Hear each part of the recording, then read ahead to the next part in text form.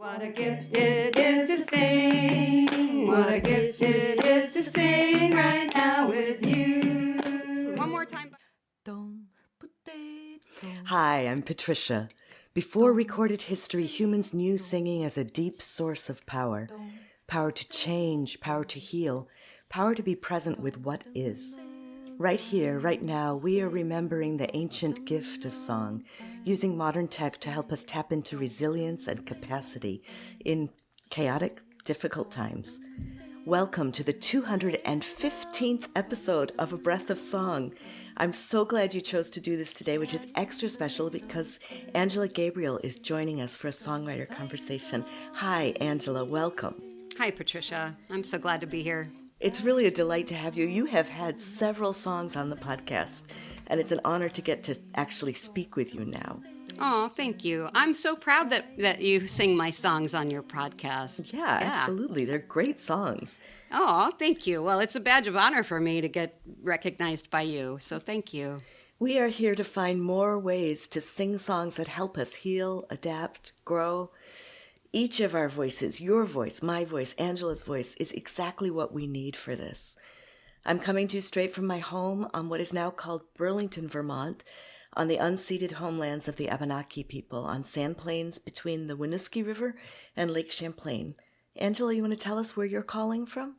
So this land that is now Bloomington, Indiana, has been stewarded by mainly Potawatomi, which is Bodwe-Wadmik, Lenape, which a lot of people call Delaware, the Miamiaki, or Miami, and Samwani. I have to practice the pronunciation more. I go to the Unitarian Universalist Church here, and we acknowledge that every single Sunday, and we pronounce it with native speakers. And so I'm a little embarrassed that my pronunciation is not any better, but it's nice to say it in the language where the land comes from. Absolutely.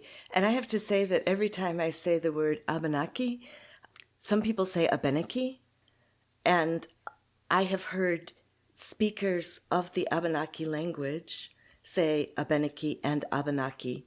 Different people say it different ways. And so I don't know which way is actually closest to where we live now, which pronunciation is accurate. So we do our best, and if we know better, we'll do better, right? Yes. As we learn more. And tell me how long you've lived there, because you moved there about the same time that I moved to Burlington, I think. I've been here 3 years. Yeah. I just passed my 3-year anniversary in October. Yeah. And tell us where you moved from. I was in Santa Fe, New Mexico for 20 years. Yeah. All of our voices will turn up as they are today, and no matter what, we can feel the connection to our breath and vibration in our body. Let's find how good it can feel to sing. Last week, I shared Angela's song, Make Good Trouble. Today, Angela will be teaching us What a Gift. We'll learn it slowly so it can settle inside you and you can begin to trust it as a resource. Let it move you into a state of flow. Then we get to enjoy a conversation with Angela, and we'll close out with the song again at the end. You'll always be able to find this episode with full show notes and artwork in the Library of Songs at abreathofsong.com. Let's start with a good yawn stretch. Oh, maybe roll your shoulders a bit or lengthen your back. You might be able to hear in my voice I am recovering from a bug that went straight to my throat. Oh. And so, as I start warming up, I like to use zzz sounds, for example. Zzz.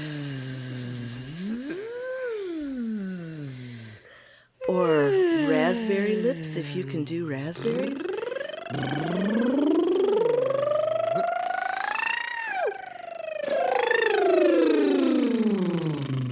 Sliding up and down.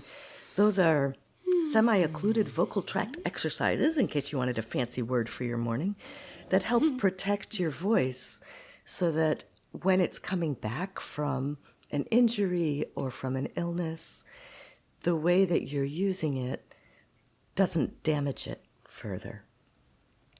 Yeah. Angela, I'm going to turn it over to you to share What a Gift. Well, thank you. A lot of my songs are about singing and about being grateful to sing, because there was a lot of time in my life that I was kind of afraid of singing, and it really made me very, very anxious. And so once I started singing, then couldn't stop, and I started writing songs about singing. And I thought it would be funny at some point to just release a book of songs that are like songs about singing for singers, or singing songs for singers to sing. And so this just is one of those, I'm so grateful to be singing. And I'm a percussionist, is what I've studied. And so I feel like that comes through in a lot of my music, because I am a kind of a rhythmic nerd, and I love fun rhythms and I think funky that's part rhythms. of why I like your songs so much. Thank you. And so a lot of the songs, they come from the groove first. And I believe, as a teacher too, I believe that we get the songs in our bodies better when we get the groove first. Yeah. And so this groove, if I were playing it on a drum set, I would call this groove like a boogaloo groove. So on a drum set, it sounds like doom, doom, ga, chicka-doo, ga-doo, da, chicka-doom, doom, ga, da, boogaloo, da, chicka-doom, doom, ja, ga-doo, ga-doo, ja. And one easy way that we can make this groove with our body is to take our hands and swing our arms back and forth past our legs.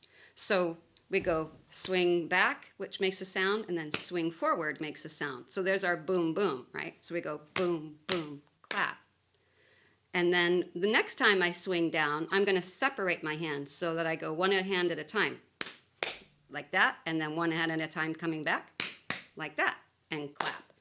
So the motion is the same. I'm just going swing, swing, clap, swing, swing, clap, swing, swing, clap. But the second time, when I swing, I just separate my hands a little bit. So we've got swing, swing, clap, ba-doom, ba-doom, clap, swing, swing, clap, ba-doom, ba-doom, clap. Then I speed it up just a little bit, clap, swing, swing, clap. So the first part goes, what a gift, what a gift, what a gift it is to sing. What a gift it is to sing right now with you. That's the first part. So I'll break that down. I'm going to keep the groove going, though.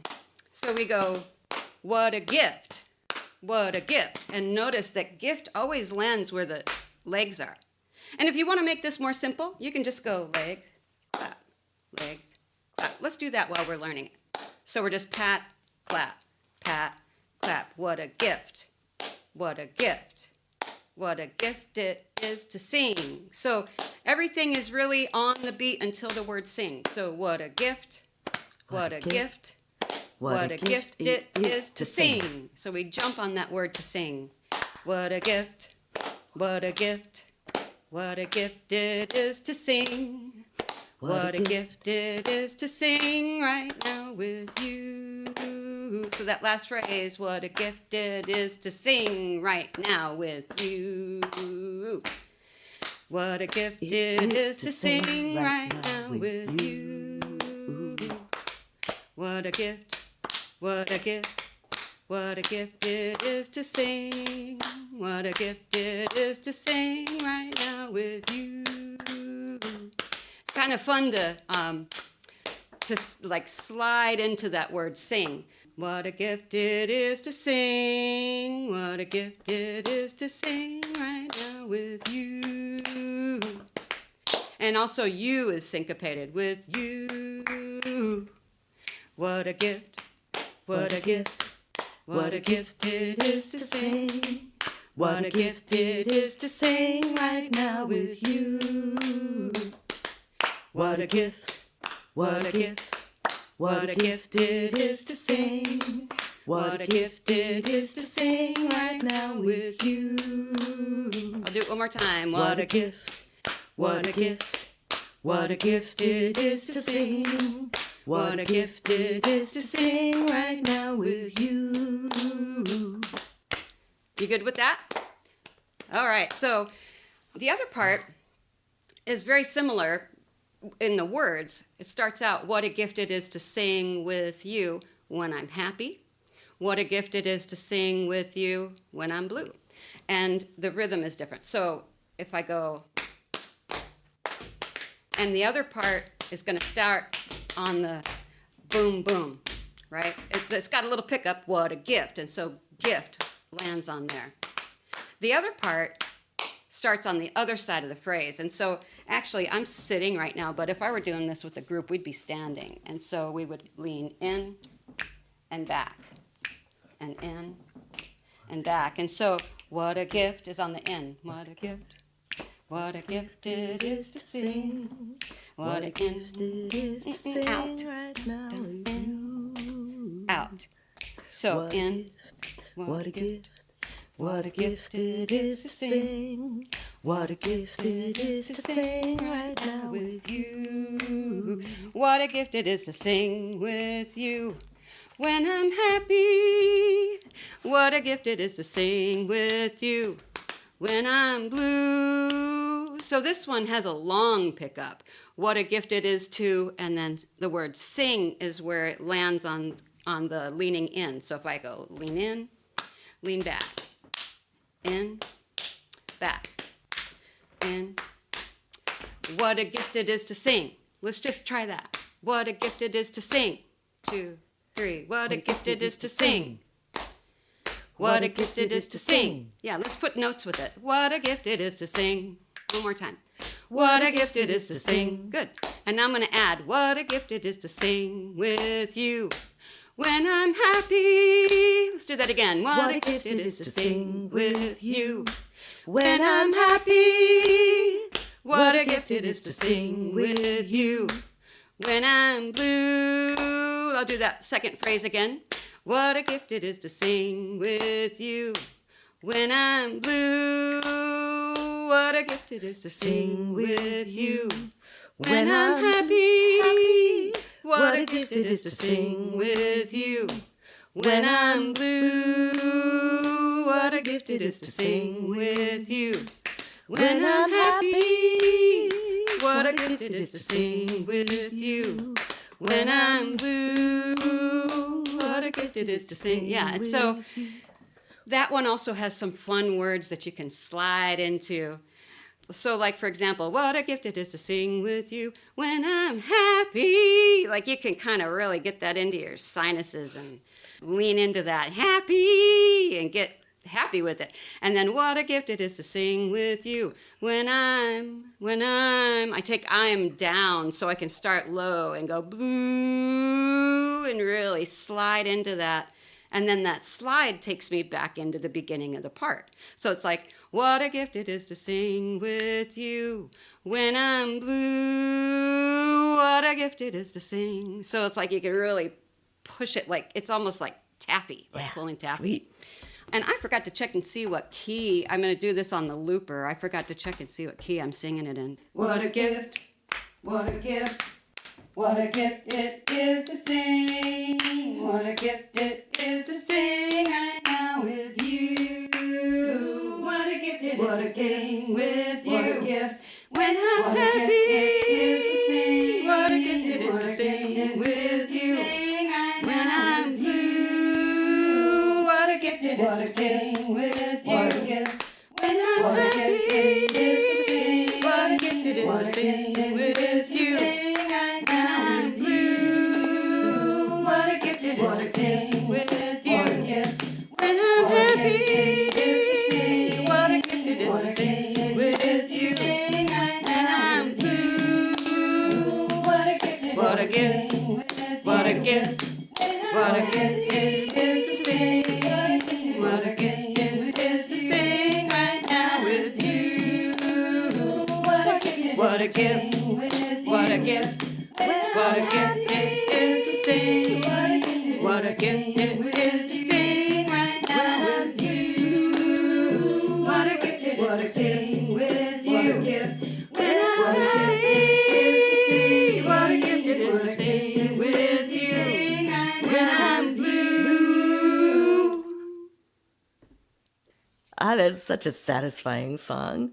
Ah, you know what I really love to do when I'm with a group doing that? I like to just let it cook for a long time so that you can have, people could be grouped according to what part they want to start on. And then once it starts going, then there's room for people to switch groups, and I really like standing next to people who are singing a different part, but a lot of people feel more comfortable when they're standing near people who are singing the same part. So I usually start this song having all of the group 1 people together and all the group 2 people together, and then as the song starts to simmer and cook a little bit, then people can start trading places, and then eventually we all start moving through the room. And one of my most favorite things to do with this song is to open it up for improvising. And the easiest way to do that is to just take out the words and just make any sounds you want to make. So like, for example, if you want to do that first part, what a gift, what a gift, what a gift it is to sing. And I'll just sing anything except the words, da-da-down, ba-ba-doo. Da ga da da dibbity bow, da ba dum dum dee dum bee down down down bee down ba dee ba doo doo doo ba da ba ba ba dee doo doo doo doo ba dee bee. And so I have a here. Let's. I recorded a groove, but this is that the boogaloo groove. So here, doom doom da. Do do do do da do do da do. And so you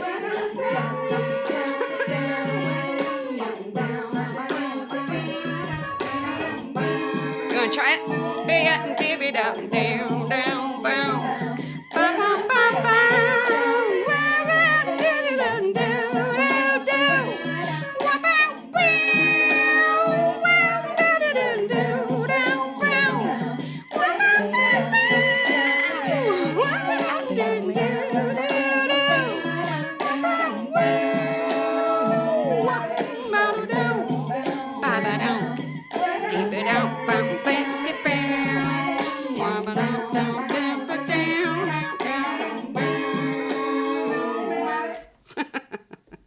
So Fun. I have a few songs that, like Moira Smiley has a song, an arrangement that she did of Leather Britches, which is really simple and really fun. And that's a really fun one, too, to take away the words and let people improvise. And I have a few songs like that are my favorites. Nice.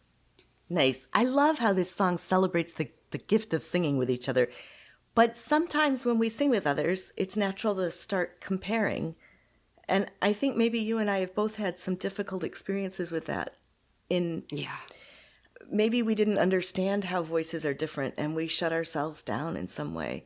Can you tell us about your experience with your voice, what closed it down and then what opened it up again? Yeah, so I used to love singing when I was a kid. I mean, I can remember, I have this really vivid memory of riding my bike. I lived in this, it was called a court, but I forget what's the word.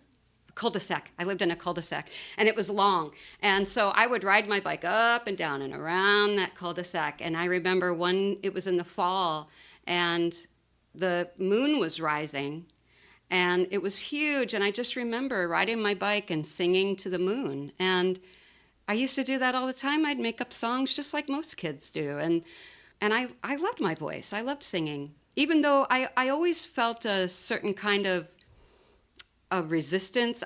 I grew up with a lot of foster kids, and we all had piano lessons, we all had voice lessons, group voice lessons. And so we would go and sing like, The Sound of Music. And I remember not liking how it felt because it made me so tired, and I would yawn and yawn. And the teacher said, "Oh, that means you're doing it right." And that's when I started thinking, well, maybe I don't really do it right then, if this is what it feels like to sing, And then when I was in, I think, either 5th or 6th grade, I remember the musical Annie came out, and there was this girl, her name actually was Anna, and she was really shy.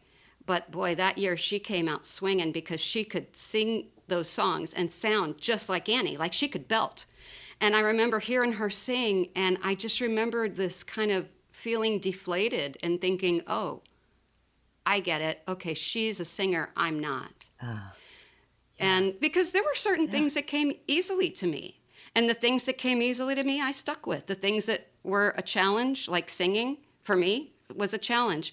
It made me feel sleepy and restricted, and I didn't understand why, and so I just let it go. And I stopped singing when I was about 12, and I didn't start singing again until I was in my 40s, really. I mean, I sang a little, but only under duress and only when I really had to, like if I was performing with the group and there was a part that I was supposed to sing, I would do it. But I was really anxious about it, and I would cringe every time I heard my voice back in recordings. And I taught for a long time, like taught in an elementary music classroom, and I feel like I did those kids a real disservice because we were playing instruments, we were chanting, and we were doing all this great stuff, but we weren't really singing because I was afraid to. And I just, I look back now and I'm just like, gosh, that was kind of the worst thing I could have done as a music teacher. I mean, I really tried to be the teacher that I wish I'd had, but now, of course, hindsight is 20/20. If I could look back, I would have sung, especially if I didn't feel comfortable in my voice. It would have been in that much more, to be a model of somebody who could just sing. But so many of us I had a friend who used to call it poked in the voice. And a lot of times it's kids who poke us. A lot of people get poked as a kid when a choir director says, go stand in the back. But a lot of times I've had so many women especially who come to me and say, oh my God, my kids hate it when I sing. They're always saying, oh, Mom, don't quit your J job or, So kids can be kind of mean when it comes to our voices. And maybe on some level I somehow knew that. I don't know. All I know is I didn't sing very much with those kids. And then one day, gosh, I think this was probably in about 2010, somewhere around there, I heard myself laugh. And I have this real amazing laugh. And I do. It's like I have these real high notes and real low notes and all these sounds in between. And one day it was like magic. All of a sudden I just kind of like just very objectively heard my laugh and went, wait a minute, that sounds great. That felt good too. I didn't feel the resistance, it felt free and easy. And I wrote a note to myself and it just said, play with my voice more. Because I knew that somehow the key was in being playful. And if I could somehow get past that feeling of when I put words to this and I'm trying to sing this song, I shut myself down so bad. The judges inside are going, that sounds terrible. And so then my body closes up. And of course, anxiety manifests in our body as bad singing technique. It's like the opposite of what we want. And so it was around probably it was shortly after I wrote that note to myself. Actually, no, I take that back. It was 2012. I remember now because it was fall of 2012 when I was approached by a woman who had done the community choir leadership training and was also a trained singer. She had gone to college and got a degree in jazz vocals, and she was had a group in Santa Fe that was called the Seventh Wave Singers, and it was community singing. And she was having trouble doing it by herself, which I think now that I've done it, now that I'm here in Indiana and rest her soul, she has passed away, I've done it by myself. And yeah, it's hard, especially with invisible illnesses, which she and I both have. And so she asked me if I would partner with her. And I thought, are you kidding? Like, you want me to actually help lead a group of singers? And she said, yeah, you're great. I've heard you sing with your band. And I was like, well, okay, sure, I'll do it. Because I knew somehow that if I said yes, like I felt that butterfly excitement, you could mistake it as fear, but I also feel it as a sign that my body is like, ooh, this is tingly, this is something big. And so I stepped in. And I remember the very first session that I did with her, one of the first songs I ever learned from her is that song by Velma Fry with Macarena Vedeker's lyrics, I Will Believe the Truth. Yeah, yes. Yeah, that's a powerful song. Oh, yeah, it is. And I just remember standing there singing that song going, oh my gosh, my life is different now. It's like I could put a mark on my timeline of this was me before and this is me now. And so she started every session with warm-ups. And so as she would do this, I started to learn. And I started to understand that it's not about our sound. That if I judge my sound, then not only am I shutting myself down, but I'm responding after the fact. You know, the sound's already out. Right, right. And so what I started to learn was that it's not about sound, it's about sensation. And so I started to recognize what were the sensations of healthy singing. And those sensations actually are really good feelings. And the more I learned about that, the more I started to like really take a co-director responsibility in the group and started to share what I was experiencing in my body. And the two of us, we made a really good team. So she would come at it from the perspective of somebody who'd been singing her whole life. And I came at it from the perspective of someone who was just figuring it all out. And so as a group, then we all could feel comfortable to share like, oh, wow, yeah, well, I'm feeling this. And what a great partnership. Yeah. Oh, it was really amazing. And yeah, her legacy is huge. And her I'm name, sorry, what was her name? Her name is Amy Lindquist. Okay. Well, that's why I hadn't really said it, because I was trying to think about how to say it. Because when I first started singing with her, her name was Amy Lindquist, and then she changed it to Amy Eliza, and then eventually was just using Eliza at the end of her life. Okay. So some people might know her as Eliza. Okay. Or Amy Eliza. Uh-huh. But yeah. Yeah. So we changed the name of the group to the Joy Crew, and it became just like one of the most, I feel like probably one of the most groundbreaking things and idea shattering things that I've done in my life.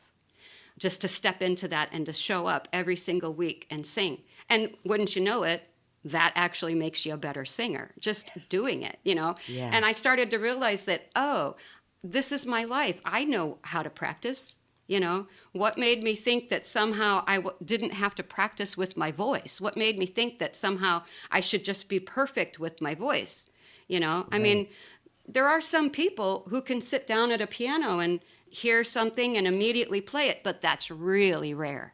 That's really rare. Most people have to take lessons. Same thing with singing. You know, it's really rare to have somebody who just steps in and the first thing that they do is sound like a pro. I mean, I think even the best singers have to learn. Jacob Collier took lessons and sang with a boys' choir. Yeah. To name somebody who's thought of as a child prodigy. Yes. Yes. You remember the movie Ma Vie en Rose with, who's the woman that sang La Vie en Rose? The famous French singer. Now my mind just went blank. I don't know. Oh, it's a really great movie because Okay. she was an incredible singer, and everybody around her acknowledged that. Edith Piaf? Edith Piaf, thank you. Okay.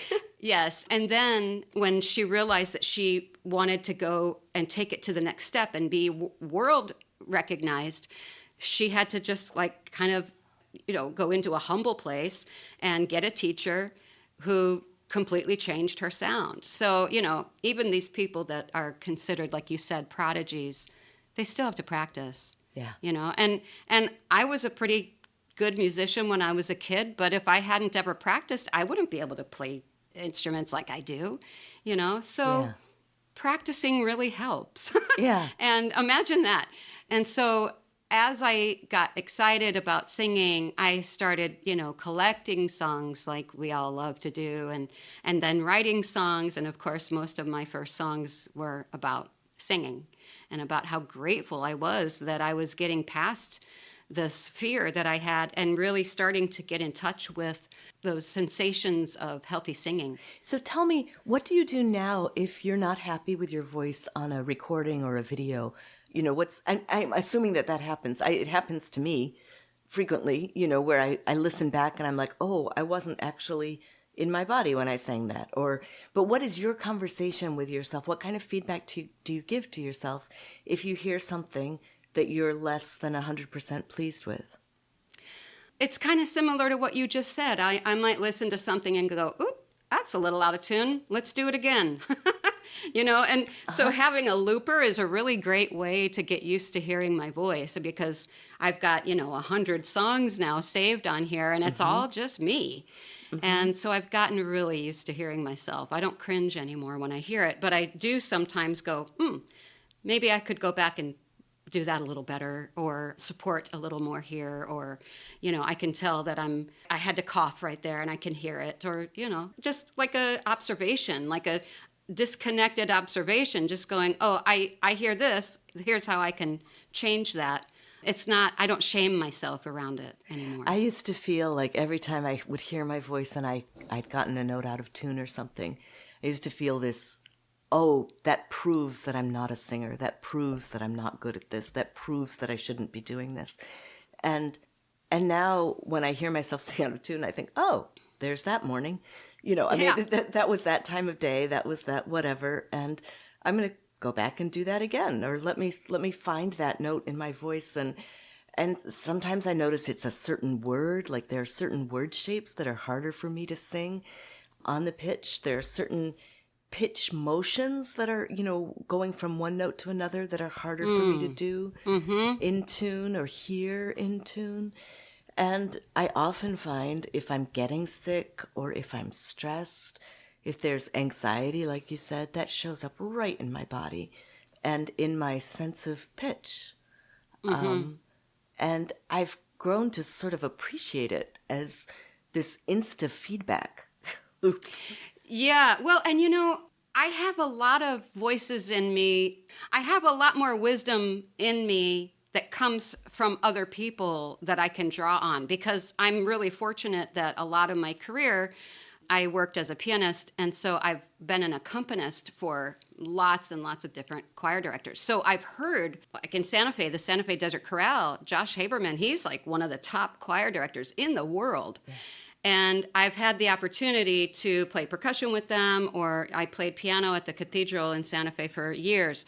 And so hearing these choir directors and their feedback and talk about, like, for example, when you open your mouth, like, you might think, oh, open your mouth like you're going to bite an apple, but it's all, you want to lift the top of your mouth just as much as you drop the bottom of your mouth.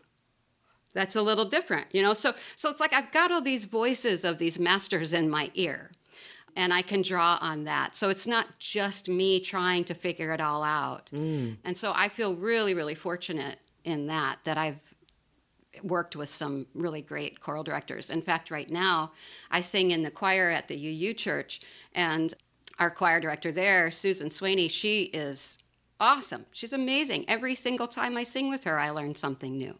So one of the great things about music is there's always more to learn. When you participate in a group that somebody else is leading, what do you most appreciate? You appreciate learning things that help, I hear. Yes. Yeah, I appreciate learning things that help, and I really appreciate not having to be in charge, I mean, I love holding that space. I love facilitating. I love teaching. It's a big part of who I am. But being able to just kind of like relax back into I'm responsible for myself and only myself is it's a gift. And being able to receive instead of... Yes. Yeah. And that's actually, it's funny because when I first moved here, I realized that there was a Threshold choir chapter here. And at the time that I was in Santa Fe, there was not one. There is one now, but there wasn't. And so I've sung a lot with Kate Munger through the Women Singing in Circle. I've been to that retreat 5 times.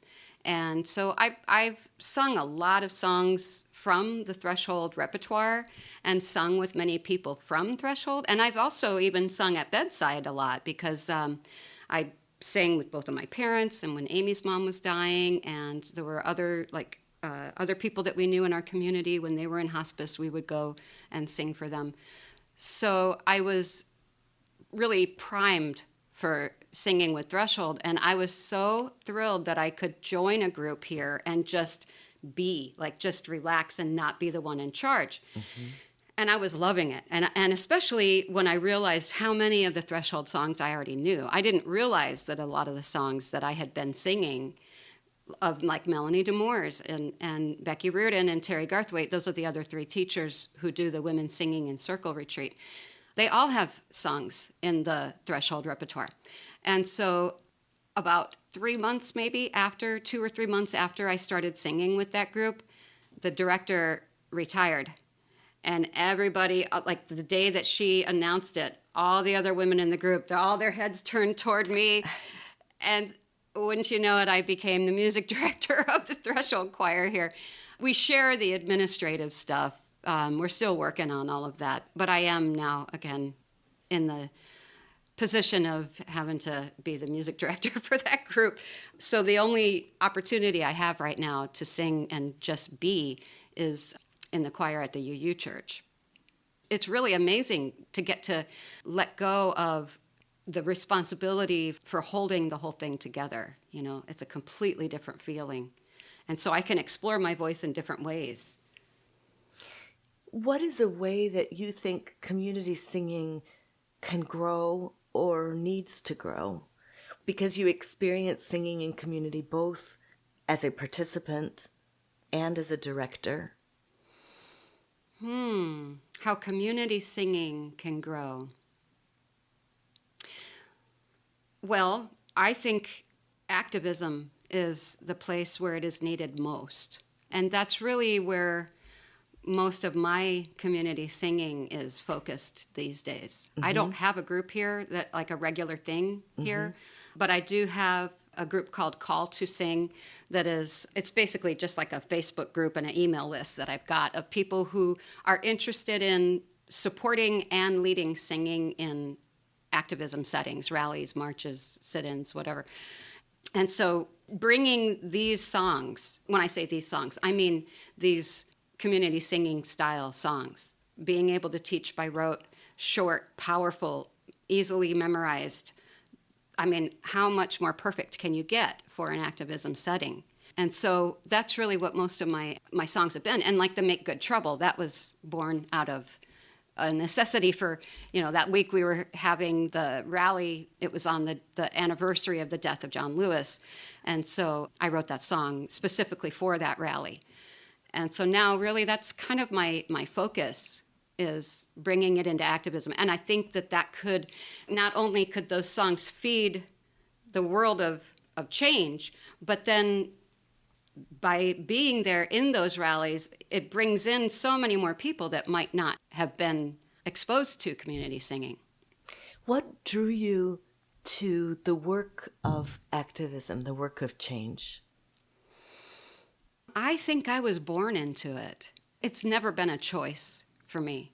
I think maybe because I was brought up always surrounded by kids who were in the system, you know, seeing right there, living with me, hearing the stories of people living in extreme poverty, living through racial, like in Chicago, the gang wars that were happening. And, you know, just, yeah, I don't think I ever had a choice. Like, I have always been sticking up for the underdog, whether that was me or not, you know? Yeah. So, yeah, I really feel like my role in the world right now, I feel like everything that I've done in my past has led me exactly right here where I am. And I feel like my role is to bring our voices to this struggle of a lifetime, like John Lewis said. Mm-hmm. And, you know, it's not like, oh, great, we're done with that. Now I can move on to something else. I mean, there's always a struggle.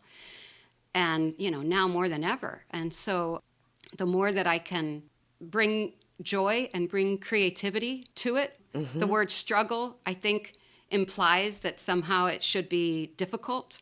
It is difficult, but it doesn't necessarily imply that it is somber, you know.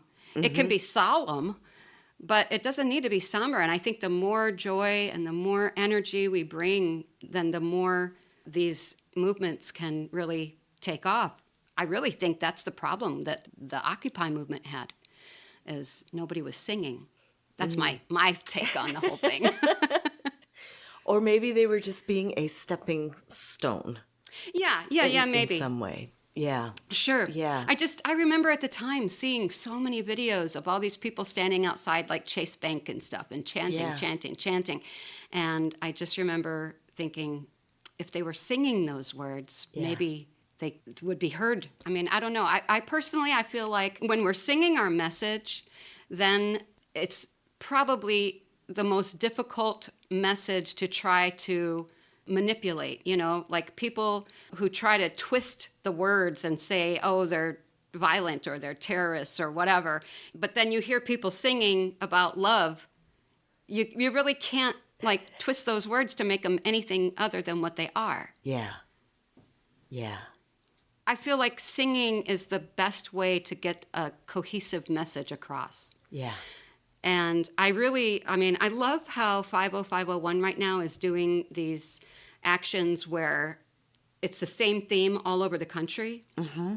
And I've tried to contact them nationally a few times. I've talked to the local organizers, but it just doesn't seem to have happened yet. But I envision not only having, say, for example, a No Kings theme, having a No Kings song, and having leaders trained in every single town where there's going to be a rally who can lead that song. Yeah. This actually kind of pulls in with my work with the Poor People's Campaign. And the Poor People's Campaign, from the very start in the 60s, very deliberately used singing and music and song. And so I feel like 50501, if they would just take that kernel of wisdom from the Poor People's Campaign and apply it to what they're doing now. Can you imagine how powerful that would be if there was a video that was going from, Seattle to Boston to Los Angeles to, all these cities all over the world, and you can hear, or all over the country, and you hear people singing the same song. And that was such a unifier in Estonia, singing the same music. Yeah. Yes. In what seemed like a hopeless situation. Yeah. If somebody wanted to lead a song in like an activist situation, but they felt uncertain about their voice, what would your advice be to them? To get two friends who can do it with you. Uh-huh. And then as you see people respond, open your arms, bring them in so that they join you. And then pretty soon it's not just one person. I've heard people say all the time, oh, I can't carry a tune. Well, you don't have to. We're all carrying it together. Yeah. So, just having the support of someone at your side sometimes is all you need. I love that. I hope that people feel energized and empowered by this conversation. And I know that on your website and on the Poor People's Campaign website, there are songs and there's social justice songs available. And people can look for the songs that carry the message that they are looking for. Mm-hmm. I mean, even better if it becomes nationwide. I love what you're describing, if there were a No King song. But until that point... There is a No King song. There are a couple. Pam, sorry, I interrupted you, but Pam Blevins-Hinkle in Indianapolis, who has a song squad, she wrote a really great No Kings song. All right. Well, we'll have to link to that. Yeah. So people can dig it out. So I can dig it out. Yeah. Well, and the other thing that I would add is that if we take the words from chants that are already there and just start singing it, like I hear people going, show me what democracy looks like. This is what democracy looks like. Well, show me what democracy looks like. This is what democracy looks like. Something simple. All you need is two notes. Mm-hmm. And now you're singing. So I feel like it can be sustained so much longer, too.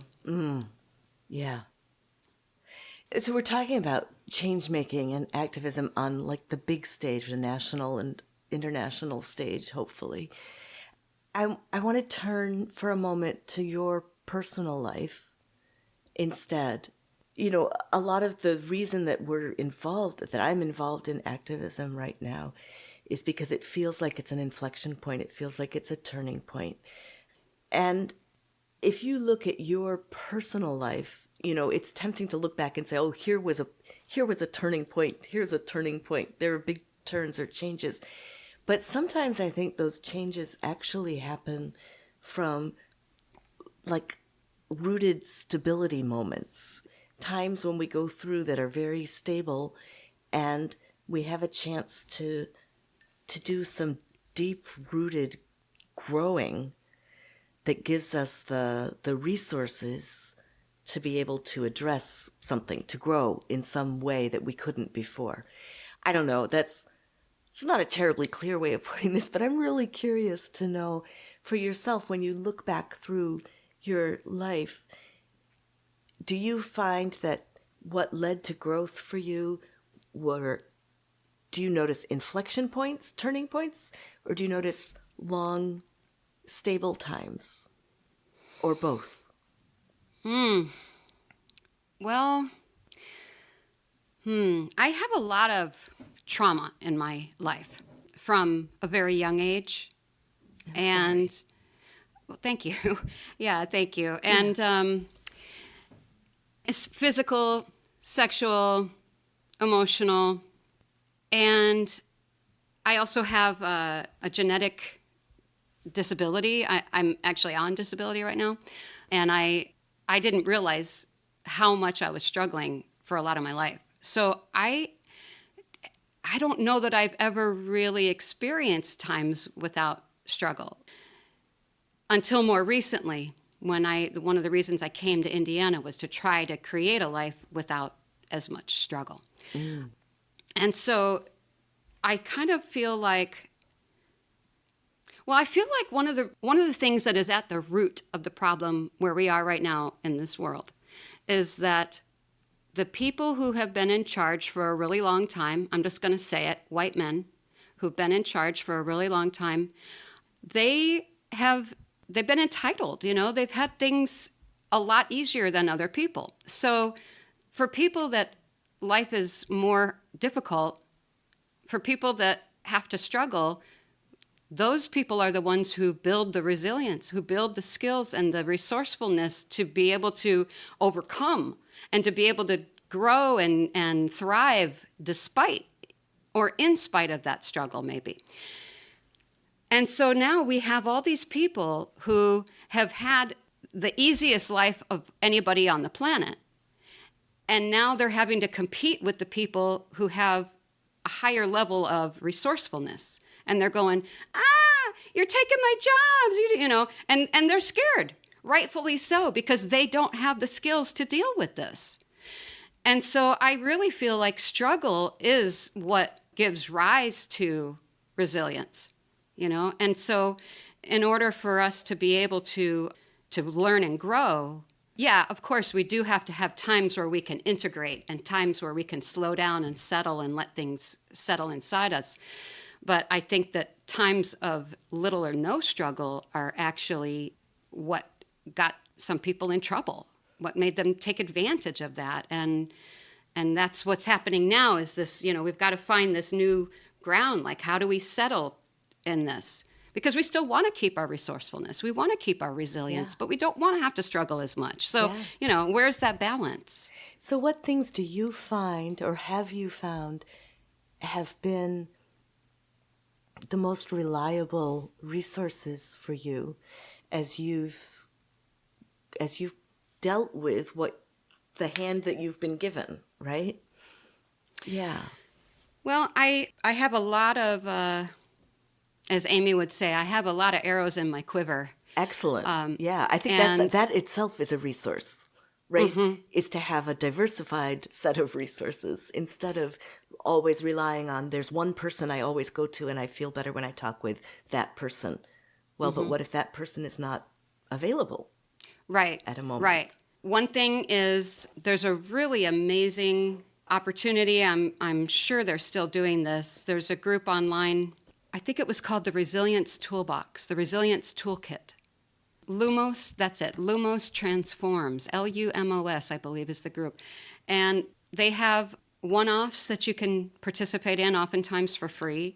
They have longer workshops. I did a 3-day workshop with them that they gave me a scholarship for. So if you're low income, they don't want that to keep you away. And I learned all kinds of things about my body and how my nervous system can regulate, little things I can do to regulate my nervous system. And I learned about how it's a spectrum. So on one end of the spectrum, let's say you are completely shut down from stress and anxiety. And on the other end of the spectrum, you're like, sitting on a beach with absolutely no problems, And the fact is, when you want to move from one place to the other, a lot of people think, oh, I can't jump all the way down to, from up here to down here on the spectrum. So it's not working, but it's incremental. So if you can even move just a tiny little tick, you're getting incrementally further away from shutdown mode. And so little things like if you take one hand and put it on your shoulder and brush it down your arm, just do that a couple times on each side. Do you feel the goosebumps? Yeah. That's a sign that your nervous system is regulating, that it feels safe. You get more spit in your mouth because your body's ready to digest. Your stomach might gurgle, you might yawn. So I have very practical tools like that. And then I also, vocal improvisation is huge. And I would love to take a little bit of time to talk about that, because that also ties into finding my voice and finding comfort, not only comfort, but like comfortability, being comfortable with my voice, was when Amy and I decided one year that we were going to do, in addition to our weekly drop-in community singing class, we did a weekly vocal improv. We did it every single Monday for a year. And it changed my life more than anything I've ever done, in terms of putting me in touch with my creative self and helping me learn to trust my creative instincts, and especially to recognize that there's a lot more than just one color to color with. Like, imagine if your voice is like a box of crayons. You don't want like that little, you go to a restaurant and they give you a box with like 4 crayons in it. Or do you want the big like 64 pack or 128 pack or whatever it is? And recognizing that every single sound, if you can vocalize any sound you can make, you can music with it. So there's no such thing as a good sound or a bad sound. There's just sound. And it's up to you. Like, how are you going to use this to make music with it? And so that broadened my options for what I could sound like. And it also gave me this incredible amount of confidence and realizing that this huge, vast store of creativity is within me. And all I have to do, it's like an ocean that's in me. And all I have to do is open my mouth and just let it come out, and it's there. And especially when you remove the judge and turn whatever judgment you have into curiosity, then that can completely change everything, not only with your voice, but it rippled out into every part of my life. Every single part of my life improved from doing that. One of the pieces of advice that Bobby McFerrin would give us, the people who were at the Omega Institute doing his circle singing workshop, was set a timer and improvise for 5 minutes. Boom. And then for 10 minutes. And just start singing and don't let yourself stop until you're done. And when I first started trying to do that, I remember how hard it was to get to 5 minutes. And now I can do it easily for the full 10 minutes, 15 minutes, whatever. And I do it with the looper, and I could do that for hours. It's just so much fun. But at first, it was really hard to string together 5 minutes. It lasted forever. But that was his advice, was to just do it and to enjoy what comes out. Let yourself be surprised by what comes out. I have to laugh. Like every day I laugh at myself, because that's my whole existence, is like there's always some sounds coming out of my mouth, and it might just have to do with, feeding my dog or something. I might be singing about something I'm doing, but a lot of times I'm just making up sounds, or it's like languages that don't even exist, maybe in my DNA somewhere. I don't know. I just let whatever sounds come out. And then I might even, I don't know, I might hear a dog bark in the distance, or hear some sound, and I grab onto that sound and I let that sound be a springboard. Like I'll mimic that sound, and then wherever that goes. And I'm not even doing it like on purpose. Well, I don't mean on purpose. It has purpose for sure. What I mean is I'm not going, I'm going to improvise now. It's more like, this is just who I am. This is my life. And I move through my day making all kinds of sounds. Yeah, beautiful. Beautiful. So we are starting to get to know each other through this conversation, and we haven't met in person yet. What do you think I would learn about you in person that's hard to learn online? Oh, that's an interesting question. Right now, I guess what I'll say is, I think you would learn that I am super open to, like, let's say you were here at my house, Yeah. then my house is, how do I say this? It's designed for joy. You would learn that I really love like rainbows and colors. And I think maybe it's because of my past and, dealing with whatever stuff I've dealt with in my life, that the things that I do have a choice over, I really actively choose to make it colorful and joyful and engaging. I can see in the background in your house a picture of your dog on a swirly pink and purple, amazing, Yeah. like a lollipop. It's like your dog is sitting on a lollipop. Yeah, it's a blanket. I just have it hung up like a curtain. I had that made. There's a company called Pet Canva. And so they take the picture and they make it look like a painting. And then they have, 1,000 different backgrounds or something that you can choose from. But yeah. You would definitely learn that I'm in love with my dog. I love that. So winter is often a time of hibernating, going to rest, letting things grow and be nourished kind of invisibly. Do you have anything that's going into the dark with you right now to be worked on that you know of? Any seeds that you know that you're planting right now? You don't have to. This is just really, I'm really Right. curious. Do you? Not consciously necessarily, but as soon as you said that, I started thinking about this instrument here. I don't know if you could see that. Looks like a This is- mbira? Yes. I had not played in a really long time because it was real hard on my hands, but this version of mbira, this belongs to a friend. She let me borrow this. This one's a lot easier to play than the style that I had. And so I've been playing again, and it's a very comforting. You hold it right here against your body, and you feel the vibrations, and it's very much it has that enclosed, safe feeling to it. And So an mbira is an African instrument It's- that's a thumb. Some people think of it as a thumb piano. yeah, right. Yeah. It's from Zimbabwe, and it has these metal tongues that you pluck like this.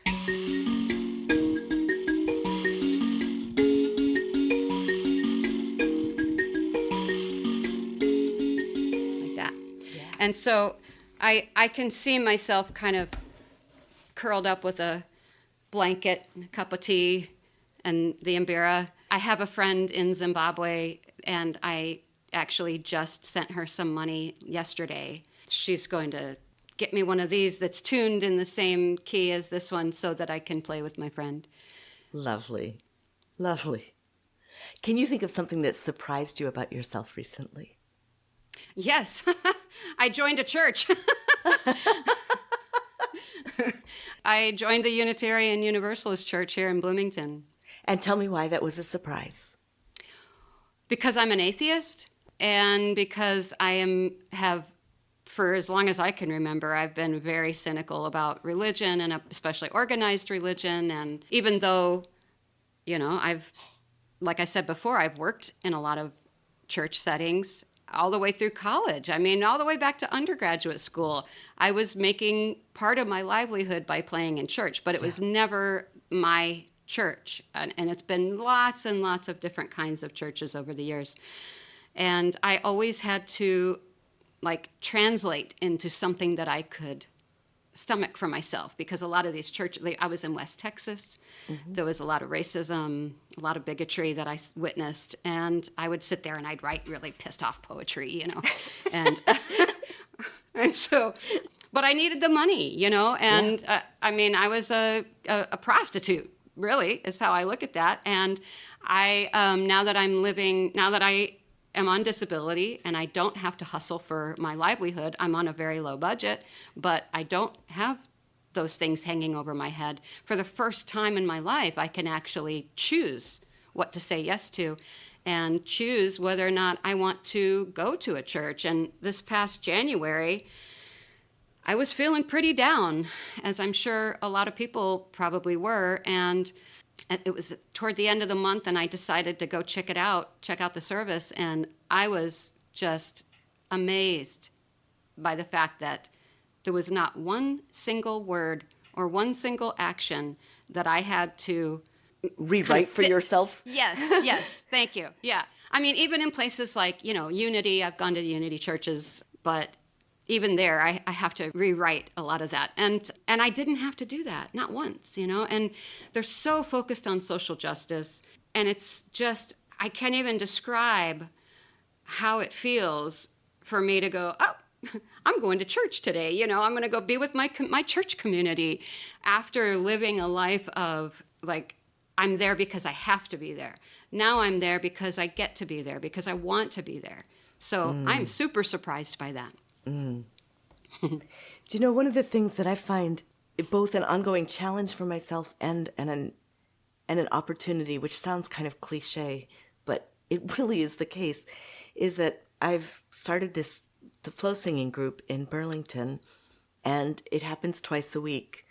And I'm running it, so I have to be there, right? So it is a requirement, and it is where a lot of my income is coming right now. And so it is something I have to show up to. And I'm trying to hold, and this is new for me, I'm trying to also hold in myself at the same time what an incredible grace it is and fortune it is that I get to go and be there with these people doing this thing. I love it. I love the practice. I love the showing up and the community that we're creating, the songs that we're singing.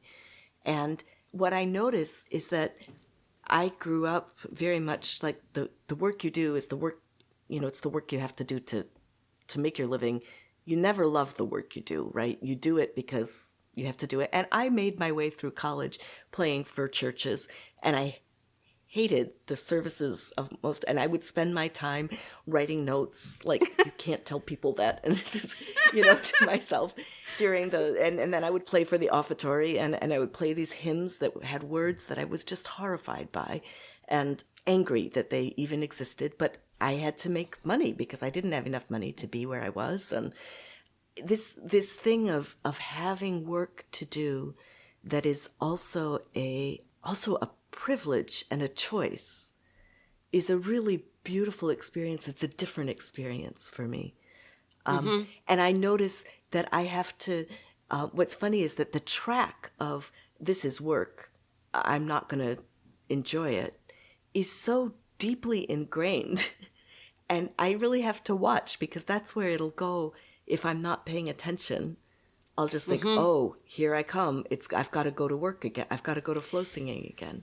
But if I'm paying attention, I'm like, oh, I have this chance to go to flow singing again. Yeah, and it's all the language. It's that simple word, like I either have to go or I get to go. Yeah, exactly. Yeah, it's kind of it's a weird place to be when our livelihood is the same as our hobby and what we love. And so then it's like, for me, being disabled and not being able to work and not being able to do my hobby and what I love, it's like, it hurts a little that way. Yeah. But at the same time, I pace myself. I do a little. I only say yes to what I really, really, really want to do. So it's kind of a double-edged sword. Like, there's a really good thing to being able to do for your livelihood what you also love to do on your free time. But if for some reason you physically can't do it anymore, then you're kind of screwed, because now what are you going to do? Yeah. And I also think about what you were saying about having become the director of the Threshold Choir after 3 months. and that now that experience is no longer I'm just going participating as a single person participating, but now you have to direct. And how do you hold that without it becoming a weight? How do you hold that and still get to experience the presence practice that singing in a threshold choir is? Well, threshold choir is, just the nature of it brings about that presence. Just walk into the hospice house and there it is. It doesn't matter if you're the director or not, you're still just as present. And so, the thing for me that's really helpful is that a lot of the other women in the group are helping with some of the other aspects of, I'm not doing the full job of music director. Although, as I was trying to, clean up the space a little bit for when I got on Zoom with you, I was like, dang, I sure have a lot of threshold stuff sitting around. I got to organize all this music and, so yeah, I'm still doing a little bit of the, the everyday work part of it. But I think being able to just kind of get into, I have a teacher, one of my teachers around death and dying and grief, she calls it the tremble. When you're in that space, the threshold, when you're at the threshold, you're in the tremble, And so fortunately, you go into the tremble and all you can do is just be present. There's no other, if you're not present, then you shouldn't even be doing it. Do you find that kind of work helps with the healing from all of the other things that you've been through? Yeah, I think that everything I do in my life does. That's the life that I've set up for myself, is that every single thing I do is part of my healing. That's and beautiful. Thank you. I feel incredibly fortunate that I've been able to do this for myself. I did some really good adulting to get here. And so now that I'm here, I am very consciously aware that my existence is strictly a choice, that everything I do is a choice of, a choice of mine, and that all I have to do is say no. If I don't want to do something, I'm getting better and better at saying no. And I'm having to be careful about my language around it too, because I don't want to say, I can't. You know what I mean? I just want to say, no, I'm not going to do that. Or I don't want to do that, instead of kind of hiding behind the disability and saying, no, I'm sorry, I can't. I don't know. Does that make any sense? Absolutely. In fact, I was just going to ask you to give me a couple of examples of the things that have been most effective for you, choices you've made when you describe yourself as adulting. What are some of the things that have been most, that you've been like, ooh, that's an adulting technique that really is working for me. Wow, that's cool. Wish I'd known that, 40 years ago, but I'm so glad I know it now. I was going to ask you to give me a couple of examples. That's a beautiful one, to be able to say, I'm not going to do that. Period. Period. Yeah. And I'll tell you, the lesson that I have learned that is the biggest lesson for me so far is that I don't know what anybody's thinking. I don't know how anybody feels. I don't know what motivates anyone unless they tell me. And then I can choose whether or not I believe, what they're saying is true. But otherwise, that's the only window I have into somebody's thoughts. And I think that a lot of people, and I've done this too, because of the trauma, I spent a lot of my life being emotionally unregulated and emotionally immature. And a lot of that comes from making assumptions about what other people are thinking or how they're feeling or why they're doing something. And COVID really helped me a lot, like getting onto Zoom and doing things on Zoom and seeing people, they'll just like turn their camera off and they have to go do something, and just saying, I trust that whatever you're doing for your best, and I'm not going to take any of it personally. And so when somebody In the past, like maybe before COVID, if I were teaching a class and somebody kept getting up and leaving, I might have a little thing going in my head of like, why are they doing that? What do they think I'm bad or but Zoom kind of gave me the opportunity to just go, oh, okay, I trust that they're taking care of themselves. And so I took that into my life outside of Zoom. And now I just, if I'm going, uh-oh, I haven't heard from so-and-so, are they mad at me? I let it go because I don't know. I just have to trust that they're taking care of themselves. I had a friend recently who was going to make something as a commission for a friend. We were going to try to have it done by October. And as we got closer to the date, the deadline, I stopped hearing from her. And I didn't want to pressure her because I know that she's got her own physical challenges as well. And so I just every once in a while I would check in and say, hey, how you doing? Or I would send her a little, like a gif of like a sloth giving her a really long, slow hug or something like that. But time just kept going, and I could see, how on Messenger you could you could tell if they've seen your message or not. And I could see that she hadn't even looked at my messages. And the voices were starting, and they were like, is she mad at me? She's mad at me. And then I'd be like, no, I have to assume that she is doing the best for her. And so I sent her a message, and I was really proud of this message.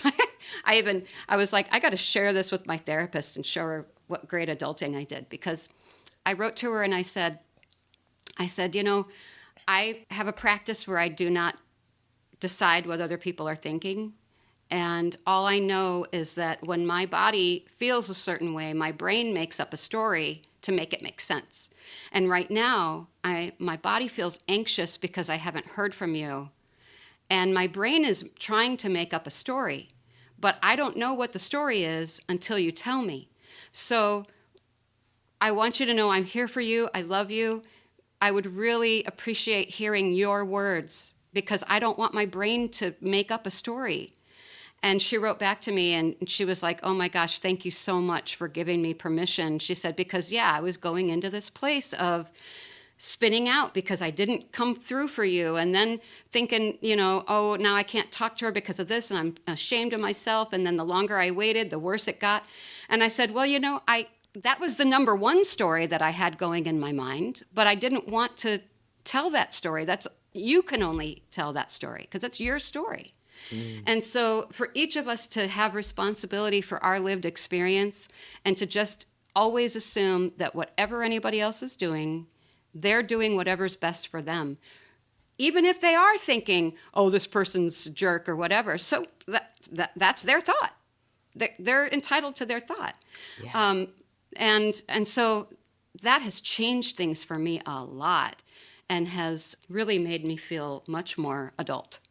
I hear a lot of freedom in that. Freedom both for you and for the people that you're interacting with. Yes. Yeah. That's lovely. Is there anything that you're excited about right now that you'd like to share? Sure, yeah. So this Sunday, I'm going to be sharing a song at the UU Church, a grace that I wrote, that I sing for myself before I eat.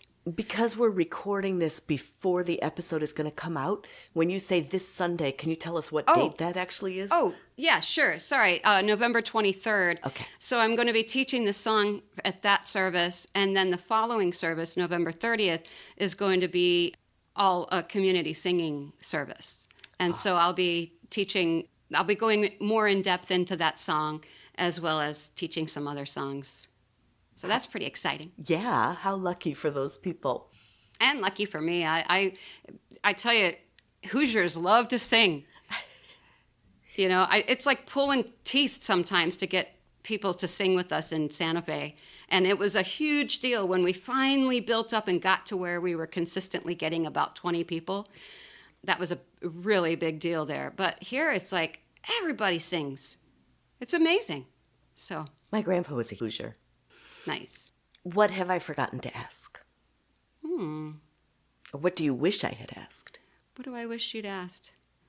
It would be interesting maybe to talk a little bit about percussion and how that comes in, how that plays into the music that I write and what I do. I mean, I don't know. I think that's kind of an interesting aspect of what makes me me and what makes me different. Yeah. So tell me a little bit more about percussion. Tell me about what instruments you play. I mean, there are so many percussion instruments, right? That's such a wide Yeah. field. Yeah. What draws you to percussion, and which instruments do you find speak most to you?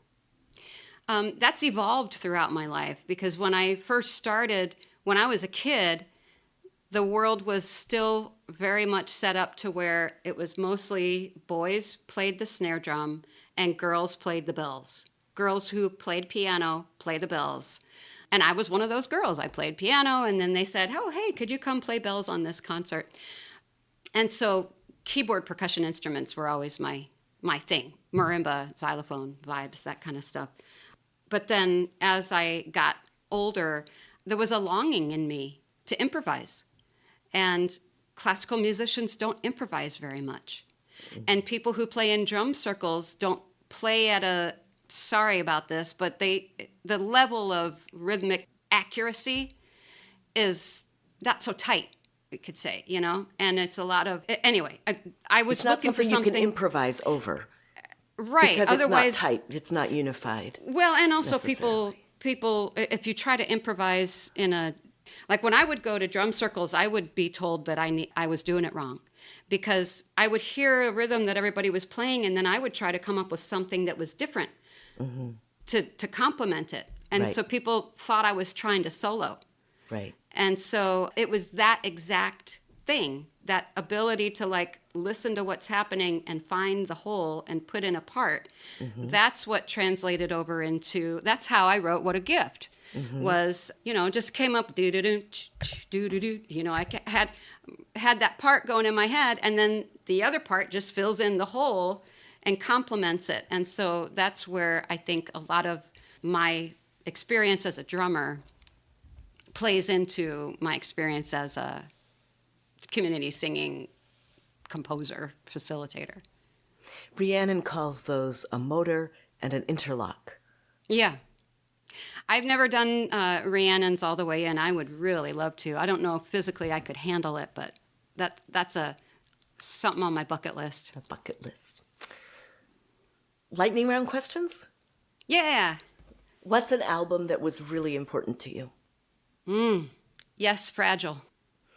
I've been listening to that since I was a kid, and I just got to go hear them play the whole album in concert. So cool. Yeah. What is your favorite soup? I would say anything from Jumbo Restaurant in Santa Fe, Okay. like their black bean curry. I think I'm hearing a road trip. Yeah. What is a sound that you feel strongly about? Oh, you know, that I forget what it is. There's like this mental disorder. Maybe it's misophonia, where you hear sounds and they like, and that's one of them, where it can just make people feel like really edgy and angry, and even can make you rage. I used to feel that way about mouth sounds and chewing, but now my little dog, when she does her little thing Yeah. and she does that thing with her tongue, it just, I can't tell you how good it makes me feel. I love that sound. Like the opposite of misophonia. Yeah. Amophonia or something. Yes. Yeah. Oh, wonderful. Maybe because she makes that sound when she's settling into you? Yeah. When there's- Yeah, I think that's it. Yeah. Who is an artist you wish more people listened to? Willow. Who is Willow? Willow Smith. I learned about Willow from Kate Munger Okay. because, so Willow Smith is Will Smith's daughter, the actor, Okay. and Jaden Smith's sister. And apparently, the story is she was at a party, and there was a woman there at the party who is friends with Kate. And there's a song that Kate had written. It goes, I live my life in a river of grace. I can't remember exactly the words. I trust that river will carry me home, something like that. And Willow was having a really bad day, and this woman sat down next to her and said, can I sing a song to you that my friend wrote? And she did. And so then Willow took those words she couldn't remember the melody, but the words stayed with her. And she wrote a song that's on her album, Empathogen is the name of the album. And so John Batiste plays piano on the song. And so it's awesome because it shows, like the Willow Smith, and then it's like John Batiste piano, Kate Munger lyrics. So she gets credited on that album. And so I was like, wow, I've got to go listen to this. And I was amazed. I was blown away. She takes risks with her voice, and she does really interesting things with her voice. It's very rhythmically interesting. Her phrasing is not just even and predictable. She's got real musicians. Her drummer is a really good drummer. So yeah, I highly recommend you go check out that album. It's really good. Fabulous. And the first song on it is Kate Munger's words. Fabulous. Before we close, where can we find you and follow your projects? I have a website. I haven't updated it in a while, but it's angelagabriel.me, M-E. And it's also got some pretty good resources on there for activism. That's really the only thing that I've updated in a while, but it's a good place to go and hear some of my music. And I have a theme song that I've written. I think it was one of the first songs I wrote about singing, called I'm Here to Sing. It's kind of my anthem. And that's on the website with all the parts, so you can learn it. And I've sung that song at least 1,000 times with people. Sweet. A huge thank you to you, Angela, for coming on A Breath of Song. And a huge thank you to you, our listeners. I'm so glad you're singing with us. You can visit abreathofsong.com to see the show notes with links to everything that Angela has talked about.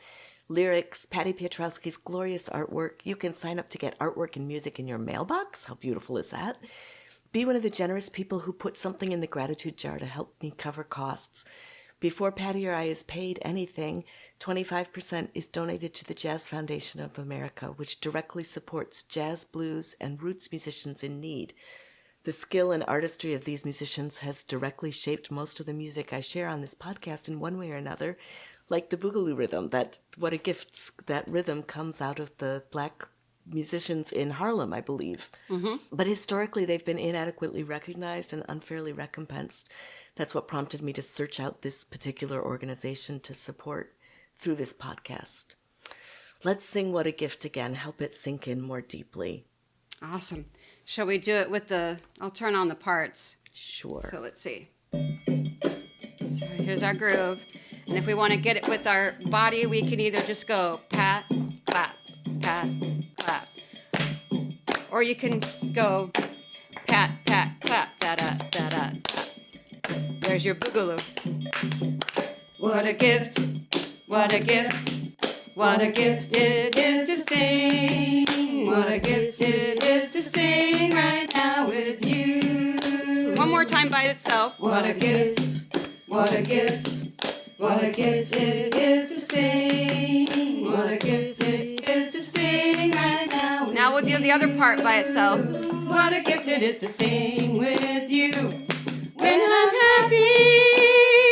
What a gift it is to sing with you when I'm blue. What a gift it is to sing with you when I'm happy. What a gift it is to sing with you. Here we go, both parts. Pick a part. What a gift it is. What a gift. What a gift.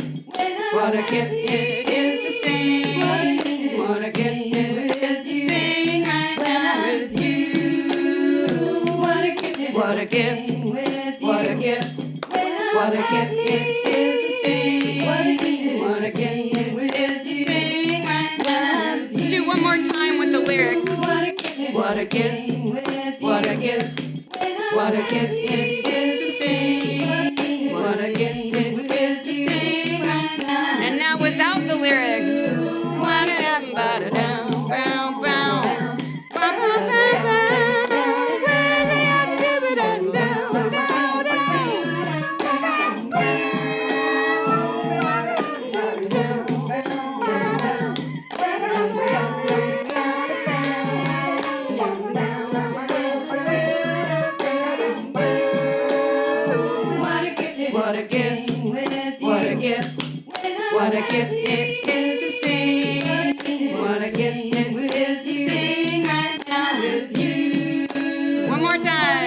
What a gift, what a gift, what a gift it is to sing. What a gift it is to sing right now with you. Yeah, what a gift it is to sing with you, Angela. Patricia, this is such a gift. I'm so glad that we had this time to get to know each other, and I love what you are doing. I'm so grateful for what you are doing. You're making us feel more, I feel closer to all these songwriters when I get to listen and hear new songs and learn new songs and stretch and warm up with you. And so thank you for this gift that you give the world. You're welcome. I'm so glad. I really feel lucky to be doing this work. And I'm so honored to be here with you. I'm really glad that you're here. And thank you, listeners, singers, for joining Angela and me today for A Breath of Song. I'm grateful that you're taking care of yourself and listening to your voice. I believe making a better world starts with tuning into ourselves and each other, which is what we just did, so yes! If you're liking this podcast, please share with a friend, and next time we'll plant another song. Until then, be well. Be well.